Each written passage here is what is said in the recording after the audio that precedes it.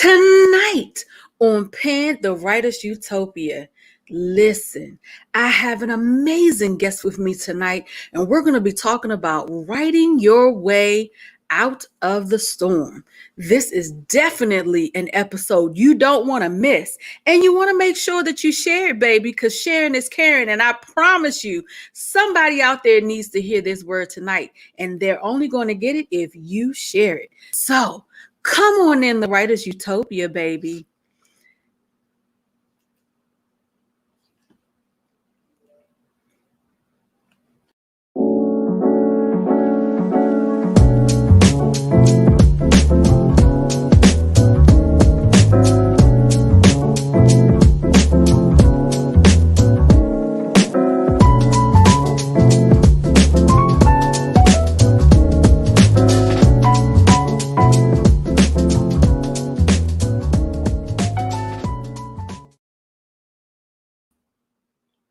Welcome, welcome, welcome. Welcome to Pen the Writer's Utopia.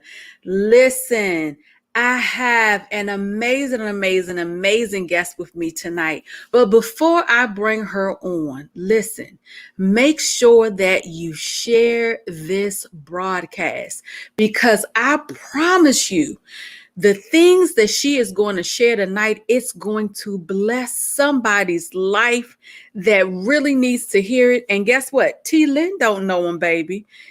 My guest doesn't know him, but guess who does? You do. And the only way they're going to get it is if you share it. So make sure you go ahead, share this broadcast. And while you do that, listen, my amazing guest tonight, I've had the pleasure to sit down with her before.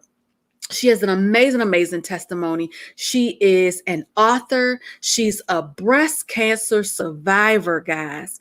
And hold on. She even still has another personal incident. I don't want to share it because it's just that moving. But she's been through some things, and tonight she's going to talk to us about writing your way out of the storm. And hold on, she is the author of The Storm Has a Ministry Too. Help me welcome none other than Wanda Briscoe. Come on in the Utopia, Wanda. How are you tonight? Good evening. I am doing awesome. I hope you're doing the same. I am. Listen, I enjoy talking with you. We've had the pleasure of speaking several different times, and you always bring some amazing wisdom and jewels with you. And so I'm so happy to welcome you to the Utopia.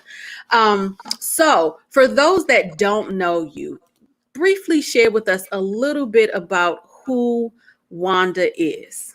Okay. I am a mother of 3 sons. I am now a grandmother of a 4-month-old granddaughter. Yes. Yes. Girl. I'm a writer, a creative.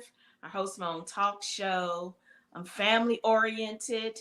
I have a little fur baby that's 9 months old, and I just love inspiring people and encouraging people. And I believe that is why I was put on this earth, is to help others as I heal myself. Absolutely. I love that. I love that's a key piece right there. You're helping others while you're going through your healing. And I say that all the time because you never know who needs to hear your story, right?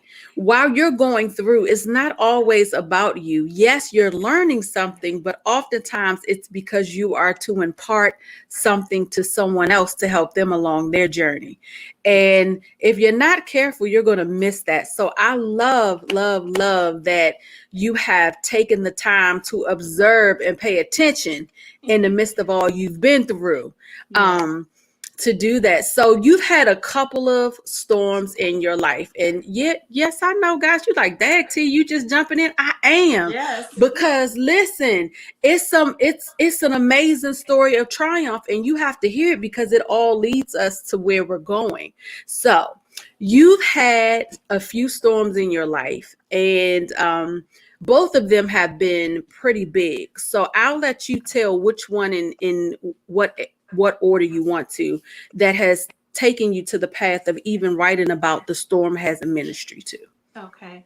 My first storm was, I was diagnosed on January 19th, 2011 with breast cancer. So that was my first storm. I was the first in my family to be diagnosed with breast cancer. Didn't know anything about it. So it was like a hard road to walk because I didn't have anyone to go to get advice. What is the best, type of operation and treatments and all of that. So it was like a learn as you go process. And that's where the writing started, through my breast cancer journey. And then my major storm, or since it was so huge, you want to call it a tsunami. That occurred, I would say that. That was a tsunami. And that occurred on December the 3rd, 2018, when my youngest son, at the age of 22, was shot 12 times and killed in Atlanta, Georgia. That was a tsunami. That was a major hit in my life. Yeah.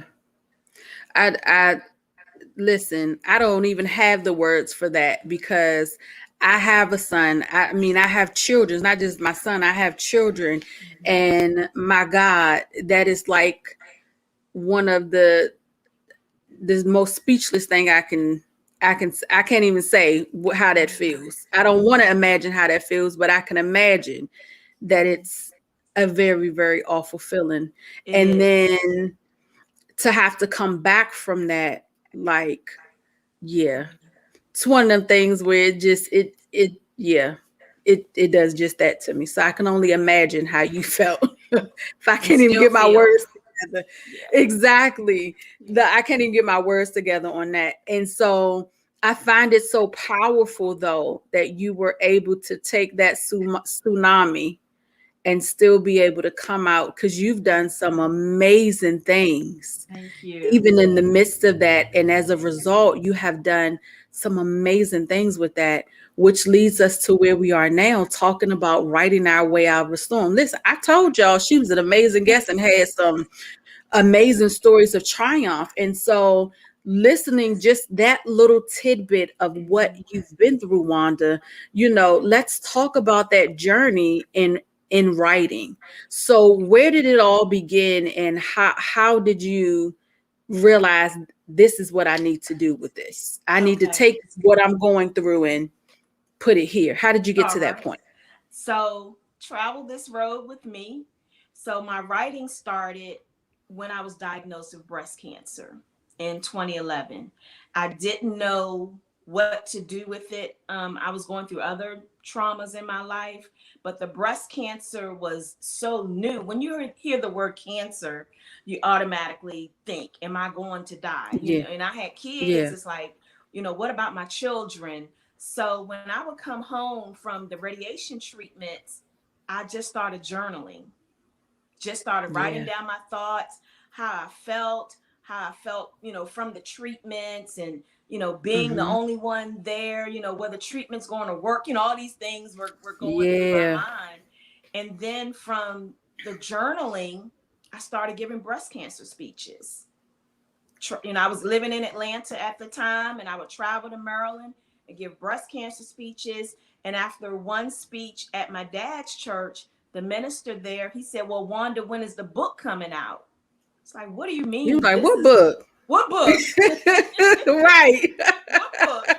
Because this is the speeches that I was giving was from my journaling, in my actual journal that I still have. This is where it all began. And, and they was like, you need to make it into a book. So then in 2012, that's when the first book came out, but it all started from journaling. Yeah. Journaling, I tell people all the time, journaling is such a powerful tool. Yes. Because it's great when you're healing, but even in your situation, like when you go back and you look it's like, to me, it shows you, it tells your story, where you've Yes. been, because you're journaling throughout your process. You're sharing. I always tell my clients when I'm coaching, I'm like, look, you need a journal, because your journal is your best friend. Why? Yes. Because it's not going to talk back to you. It's not going to judge you. It's going to listen to what you have to say. It's going to cry with you. It's going to laugh Yes. with you. And guess what? It'll help you get to the conclusion of where you need to be. If you're trying to figure something out, it's going to help you find the answer. But even more so, the journal is great because of just that. It helps to document your journey along the way, so that when you go back, you can see, man, look how far I've come. Exactly. And then you get great ideas, especially when you're a creative. I know I have one of my faithful creatives out there, Alan. So Alan knows what I'm saying. But then when you're journaling your ideas, you can go back and get them when it's time to use them. So I can imagine if you've been journaling since, you 2011 when you got diagnosed, I can only imagine what your journal was saying, like just how much of goodness is there. And your journal is like your safe haven. It's no judgment zone. And a lot of times I'll go back and look at my journals, because I have different journals for different things. Like I even have a gratitude journal that dates back to 2015.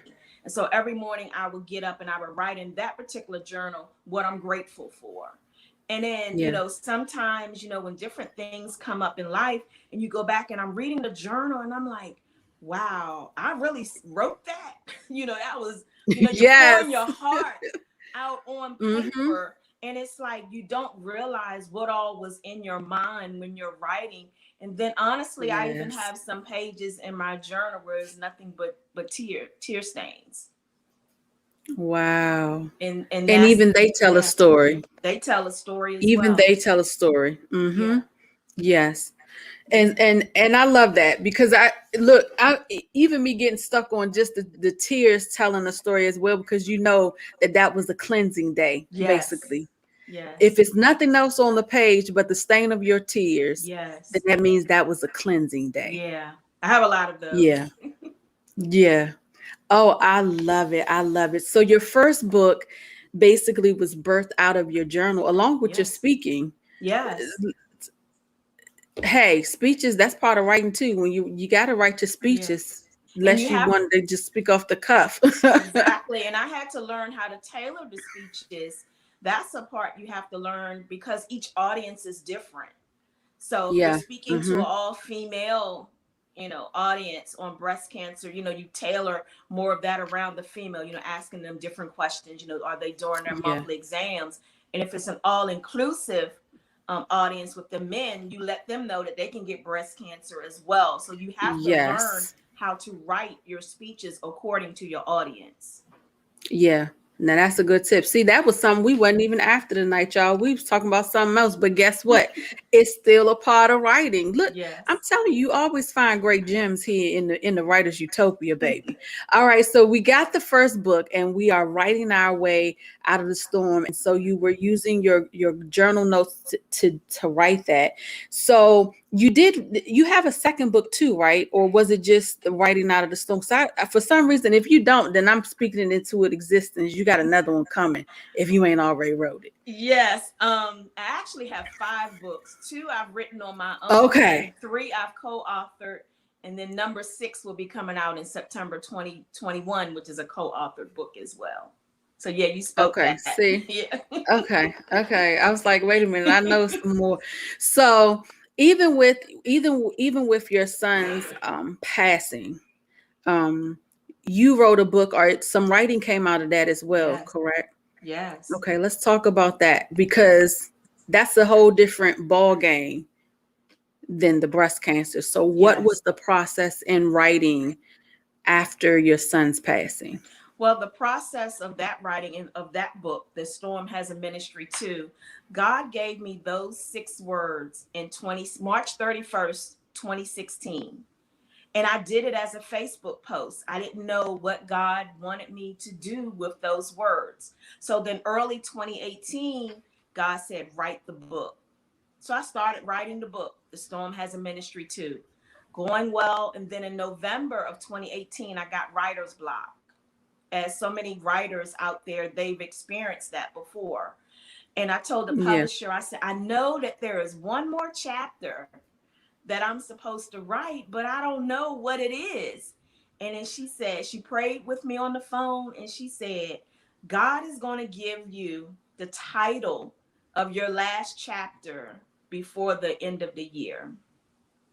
My son was killed December the 3rd, 2018. Right after, it wasn't even a month after she told me that. I didn't want to write anymore. I was like, I'm done. But, you know, it was like then, you know, early 2019, I was like, you know, I've gotten so far with this book. I can't put it down. You know, and I could hear him, you know, he would always text me, you know, Mom, I'm so proud of you, you know, for my writing, you know, keep pushing. He'd always say, you're a light to the world. That was his saying to me. And so I kept praying. I said, God, I have one more chapter and I don't know what it is, but I know it's something to bless people. When God gave me that title of that last chapter, which was called A Tsunami Called Grief, I wrote it, turned it in, and the book has been nothing but amazing. It has just formed its own little world per se. Yeah. I'm sure, because and that's amazing and like wow, because to end your book with a tsunami called grief, that's something. What a way to end the book. And who knew that that's how it would end? Yeah. Who knew? God so knew. Yeah. He did, exactly, which is why he said he would give you the title before the end of the year. Exactly. You just like, God, did you have to give it to me that way, that sir? Way. Did you have to give it to me that way? Yeah. So in writing, so you've done some co-author projects. What are some of your favorite things to do to encourage you or inspire you when you're writing? What are some things that help you? To be as transparent as possible. People gravitate towards transparency, and you have to be real with them in your storytelling. And you know, be as detailed as possible, and you have to imagine yourself as if you're reading your own story and how that person would react to what you're saying. And when you're writing, you have to write so that there's a build-up, you know, so your sentences don't go out of order. You want to write in a way to where the reader would just want to keep turning pages, because, you know, you want to capture their attention as much as possible. Yeah, I totally agree. Is there any special thing that you do? Are you outlining? You know, what helps you stay on task with that part of writing? Because you're right. You want your story, I call that story flow. You want your story to flow. And I'm not really a big fan, although I've done it. I'm like, I would rather write in order, because you never know, you know, what will encourage you along the way. Like, it'll start telling itself. So some people I know will write out of order, but with you saying you want to make sure it's in order and that it flows, is there anything that you do particular when setting up to write? Are you outlining? You know, how exactly do you keep it in order? I do a lot of outlining. And so, and a lot of times I'll just write the chapter. God will give me the title of a chapter and a scripture. Because in a lot of my writings, I'll put a scripture either at the beginning or at the end, so that the reader can understand where the title came from and how they can go back and read a scripture to make it, you know, meaningful in their own lives. Yeah. And so that's how I do mine. And I usually end all my writings with a journal at the end of my books, to let the readers know that, hey, you too can also journal, because there's a story in all of us. We all have a story. You know, some people will say, well, somebody has you know, written about that particular topic, but your story is unique. They haven't gone through the same thing that you have. So that's why I include a journal at the end of my book, so that people can also start journaling and tell their story. Yeah. And that's great, because it gives them a chance to really reflect on what you've given them, the material that you've given them along the way. Because you're right, other creatives, like when you're reading, I don't know. I don't know about you, but I get inspired when I read, especially when it's something I'm like, man, it's like it always seems to come right when you need it, you know? Yeah. And so to have that, because I'm the person that don't care, I will write in the margins of a book and around and, you know, do all that good stuff, or stick a sticky in it and write my notes. But to have a reflection section is always great, because you're right, you're going to get ideas as you go along with it. So that's wonderful. And if you are reading a book, or just in general, make that a habit, guys. You know, that's another thing that helps with creatives. When you're reading, if you haven't thought about doing it before, take notes. Yes. Take notes, because you'll never, it's not that you're copying off of something that someone else is doing. It's like Wanda said, everyone has, you may go through the same thing, but the way you went through may be a little different from someone else. And there's someone that needs to know about your way that you went through, just like they need to know about Wanda's way. Because some people will receive from Wanda and some people will receive from you. So don't be discouraged if there's someone out there doing the same thing that you're doing, or who's already written material similar to what you need. You still need to tell your story. Yes. Your story is unique to you. And as you're reading other stories, make sure you have your notepad nearby. Most creatives already do, but if you're new to this life, because some guys, some of you guys are new to it. If you're new to this life, get you a pad and pencil, or get you a pencil and write in the margins of the book, or take you some notes. So that you can, and be inspired. Absolutely. And as we've been saying this whole time, if you've missed it earlier, I'm going to say it again for the people in the back. Get yourself a good journal and keep track of your thoughts, your daily thoughts, and the things you're going through.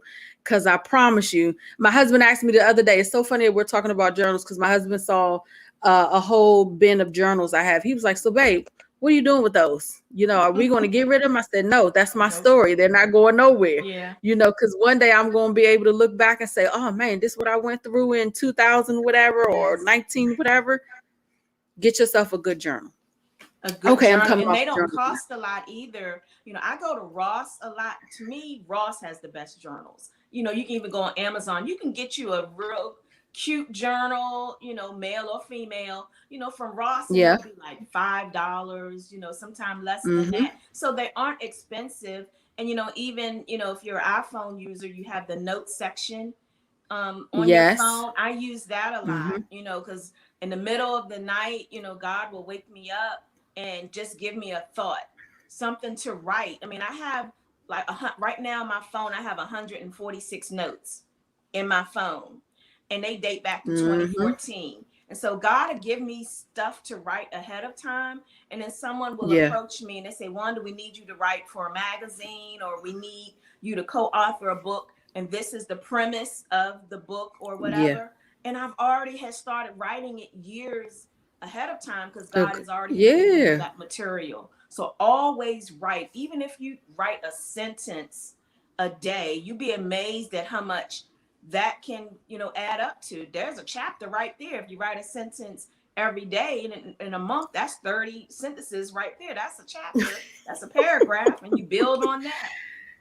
Listen, when I say Wanda just took all of y'all excuses away, she just pulled the rug from underneath you and said, you no longer have an excuse for not writing the book that you know you're supposed to be writing. Exactly. She said, look, I'd be like, maybe 5 to 10 pages a day. No, she said, write a sentence a day. No excuses. We can all do that. Write a sentence.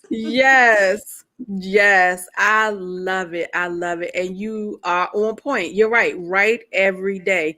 And I'm going to go back to this, because for those of you all who have been watching Pinned all season, we have talked about this. Sometimes you and Wanda just brought that thing on home for me. She's a prime example. I tell you guys all the time, write it now. If you get an idea, sometimes you got to ask the idea, is it for now or for later? But you still need to write it. And sometimes you'll get an idea today that's not for another year from now. But if you didn't write it down when it's time for it, you've missed it, my friend. Right. You've missed it. Listen, every day, even if it's just writing down that one idea, that's your one sentence. Yes. Write that sentence. Write it down. I love it. Yes.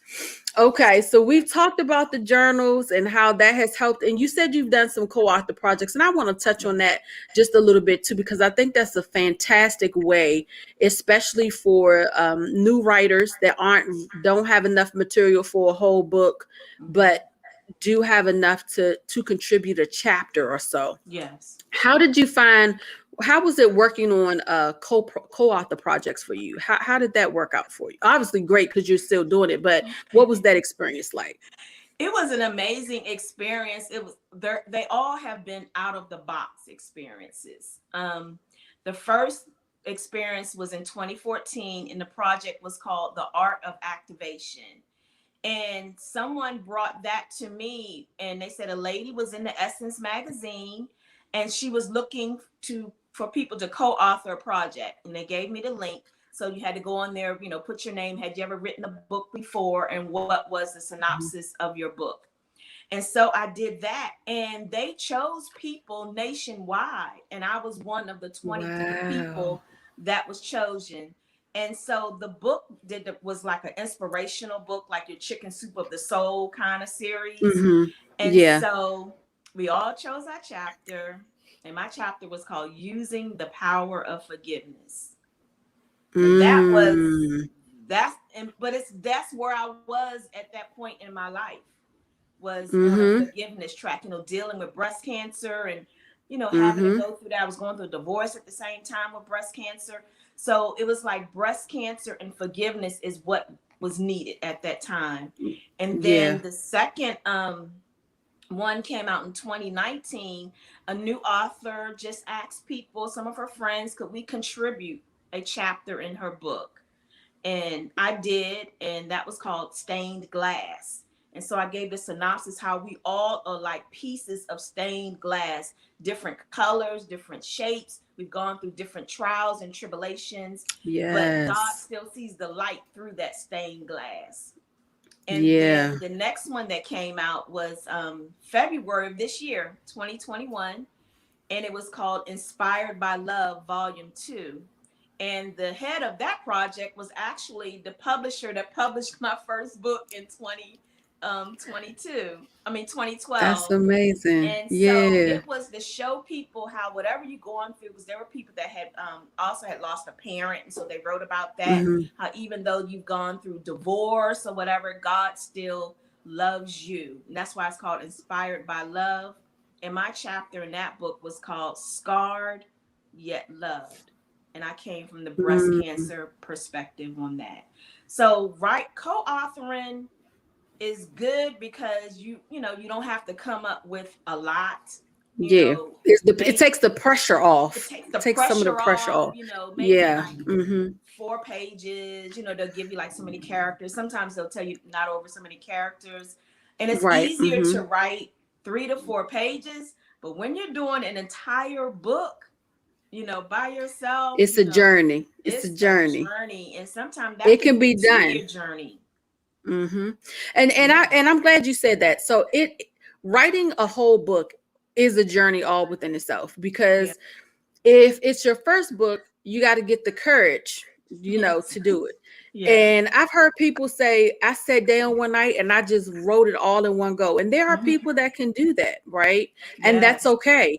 But if that's not your story, don't be mad. Don't be discouraged, because writing a book is a journey. And depending on what your subject matter is, 9 times out of 10, that subject matter is something that you are healing in, something that you are, processing through, right? Even if it's something you've been through a while ago, like, for instance, you went through breast cancer. If you didn't write it right then and there, even now, when you're doing the contributing author, you're still writing about that experience, but I'm pretty sure it brings up feelings and emotions and it reminds you of things. So it's still a process that you go through, and that is okay. It's okay if you don't write your book overnight. The key to it is what Wanda said earlier, is that you take time to write every day. If you can't write every day, or you're building your muscle to be able to write every day, because I say writing is a muscle. Okay. Yes. It just like going to the gym and working out, you got to do the same thing with your writing muscle. You got to write continuously to build that muscle. And if you're in the process of building, maybe you don't write every day, but set yourself a schedule so that you have time set aside to do just that and write. You have that concentrated time to write. And when you do, know that it's okay if it doesn't all come to you in one go. The thing is, keep going. Like she said, it may take you 2 years, and that's okay. As long as you keep going, don't quit. And it also helps to have a place to write, a place where there's no distractions and where you can focus. So for me, where I live at, there's I'm surrounded by a lot of water, a lot of piers, a lot of different places I that love I can water. go to. So a lot of my writings have been birthed from sitting on a bench or a picnic table at the water, because it's like you get that peace from the water, and your mind just takes over, and you're thinking all these thoughts, and I just start writing. Yes. And that, just find a quiet place. Some people may write, with some soft music in the background, or an office, or whatever, but you have to be disciplined. But just to do it, you have to be disciplined. And I'll even throw this one in. Some people need noise, because I know people that, like, I need to get to a coffee house. Like, their favorite thing to do is to go to their local Starbucks or Panera Bread or somewhere like that to be able to sit down and write. But you're right. Just find your space, whatever that is, whatever is creative to you, find that space and utilize it. Yes. But listen, Wanda, you have been so easy to talk to, baby. The time is flying by. We are like over, and that's okay. But I do want to take a moment to just say, if you have enjoyed hearing from my special guest, our special guest, Miss Wanda Briscoe, come on, Utopia fam. You know what to do. Go on and get in the comments and give us a good hand clap. Let her see the love so that she knows how much you enjoyed her being with us tonight. And while you guys are, the timing is catching up with your hand claps, Wanda, is there one nugget of wisdom that you would like to leave our viewers with tonight? Yes. Keep writing. Don't stop writing, because it can bless so many people. And I want to leave everyone with one of my favorite quotes. And it says, "I write because writing is the gift God has given me to help people in the world." And that's by Anne Lamott. And to me, that's us. That's everyone. It's our gift. So use it. It's our gift. Yes. You heard it. Writing is our gift. So use it. You heard the charge tonight. Listen. So before we go, for everyone that is watching and would love to get in contact with you, Wanda, where can they get a copy of The Storm Has a Ministry Too? And where can they get in contact with you as well if they want to connect? Okay. If you want to get a copy of The Storm Has a Ministry Too, it's available on Amazon. Or you can contact me. A lot of people they like autograph copies. So I keep I keep books at home. So you can contact me via Facebook, which is Wanda Briscoe. On Instagram, and my handle is I am Wanda Briscoe. And on my website is wandabriscoe.org. Awesome sauce. wandabriscoe.org, and you guys heard it. You can go grab a copy of her book if you just want to grab it real fast from Amazon, and or you can get that personally signed copy from her at wandabriscoe.org. Well, Wanda, I have certainly enjoyed hosting you tonight and having you join us in the Utopia. You've given us so many fantastic nuggets. Look, we've talked about journaling. We've talked about writing a sentence a day, y'all. If you got to, a sentence a day. No excuses. She said if you write a sentence a day, you at least get one chapter done. That's right. That's what she said. So listen, and then she encouraged you to keep writing and remember that your story has purpose. Listen, guys, I don't know about you, but I've enjoyed having you. Thank you so much, Wanda, for joining us. It's been such a pleasure. Listen, we're over our time. You're so welcome. And I thank you all that have been watching us tonight. I hope you got something you needed. Listen, make sure you share this with someone else. I promise you it's going to be a blessing to them. And like I said before, I don't know them. Wanda doesn't know them, but guess who does, baby? You do. So make sure that you share and that you like this episode, okay? And hey, go on while you're in the process of sharing and liking. Make sure you subscribe and hit the bell so you can catch us when we go live. The Writers Utopia has plenty of great guests who come on dropping wonderful nuggets of wisdom about the journey and the process of writing. So you don't want to miss that. But thank you all for watching. Now that you have these great gems and nuggets, go write something great. I'm T. Lynn Tate, and this has been Pen the Writer's Utopia. Have a fantastic week, guys. Thank you.